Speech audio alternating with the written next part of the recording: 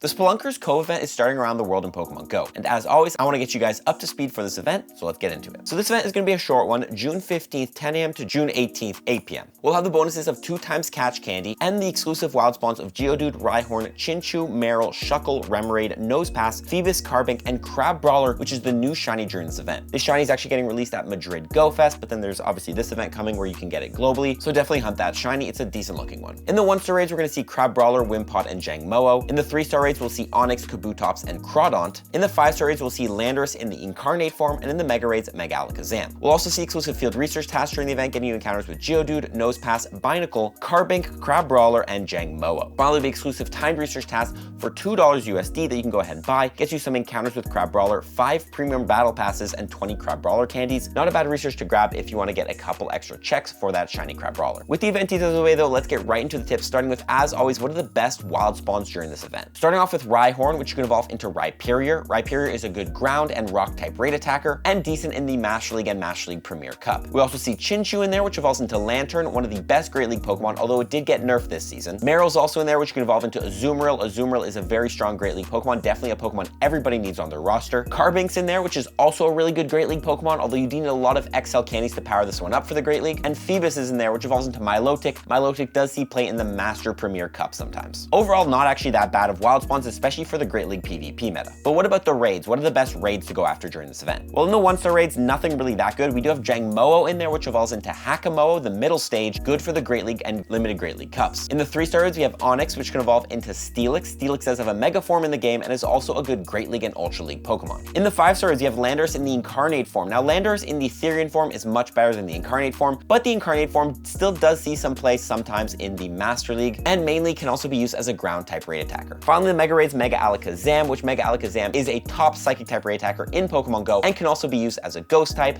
as a fighting type, as a fairy type raid attacker, depending on what moveset you give it, so not a bad Mega to grab by any means. Now, with all these great wild spawns, especially spawns that need a lot of candies, let's talk about my best candy tips in Pokemon Go. First of all, using Pineapple Berries. Regular Pineapple Berries will multiply your catch gain by 2 and silvers by 2.34. Combine that with the bonus of 2x Catch Candy during this event, and you can get a lot of candy. Also, you can use Palkia's Spatial Rend ability to double the spawn distance in which you see spawns. Spatial Rend will require Palkia candies and Stardust, but it'll let you see more spawns, which means you can catch more Pokemon and get more candy quickly. Also, you can go ahead and Mega Evolve a Pokemon. If you don't know when you Mega Evolve a Pokemon, any Pokemon you catch that shares a type with that Mega, you'll get more candy, XP, and XL candy. Take a look at the spawns during this event. The best Mega I would say to Mega Evolve is probably gonna be a Mega Swampert, because that'll get you more candies for Rhyhorn, Chinchou, and Marill, which are 3 Pokemon that really need XL candies. If you want XL candies for something like a Carbink, you can also Mega Evolve a Rock or a Fairy type Pokemon, because Carbink is another Pokemon that's hard to get XL candies for. But overall, I would go with the Mega Swampert, especially to get those Rhyhorn XL candies to power up those Shadow Rhyperiors. You can also trade away Pokemon. If you don't know when you trade away Pokemon, you'll get 1 regular candy, but if the distance seen where those 2 Pokemon were caught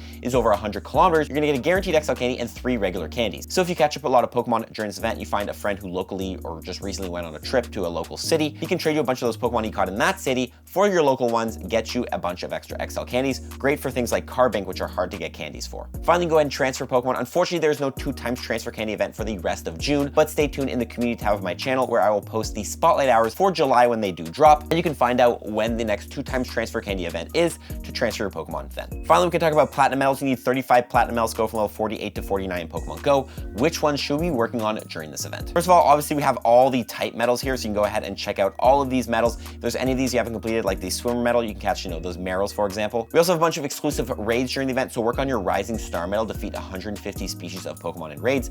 If there's a Pokemon that you've never done at least 1 raid for in raids, do 1 raid, it'll get you 1 point towards this medal. Finally, I'll mention the Scientist medal, evolve 2000 Pokemon. We do have Geodude spawning during this event. If you don't know, if you actually receive a Geodude from trade, when you go ahead and evolve it into Graveler, it's gonna cost you 25 candies, but then to evolve it into Golem, it's gonna be completely free. So if you and your friend catch a bunch of Geodudes, you mirror trade all of those, you can then evolve Geodude twice for only 12.5 candies each, technically. And that will help you work on your Scientist medal. You can even throw in a Lucky Egg and use that as an XP grinding method, because you get 2000 XP per evolution. Guys, that is the Spelunkers Cove event. If you enjoyed this video, you will enjoy the one below. Good luck during this event. I'm gonna be in Madrid Go Fest during it, so stay tuned for plenty of fun videos dropping about that, and follow for more tips. Peace.